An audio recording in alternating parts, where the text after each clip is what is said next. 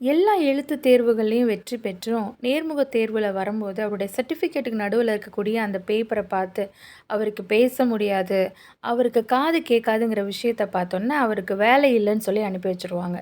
6 முறை இதே மாரி நடந்தது. 7வதா ஒரு ஆஃபீஸ்க்கு போயிருந்தப்போ, இவருடைய டர்ன் வந்து உள்ள போறாரு. உள்ள போனோன்னா, மேனேஜர் அந்த பேப்பர கிழிச்சு கையில குடுத்துட்டு, இன்னொரு பேப்பர் எடுத்து எழுத ஆரம்பிச்சாராம்.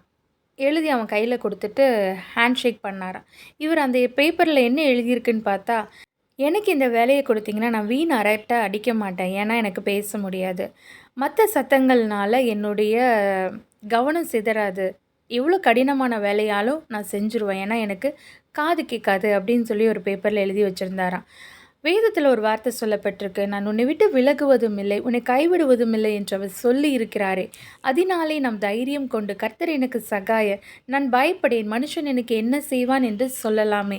நம்மளுடைய குறைவுகள், நம்மளுடைய இயலாமையை விட மிகப்பெரிய ஆண்டவர் நம்மளோடு இருக்கிறார். எல்லாவற்றையும் செய்ய அவரால முடியுங்கிற தைரியத்தோட நம்ம வாழ்க்கை பயணத்தை தொடருவோம். God bless you.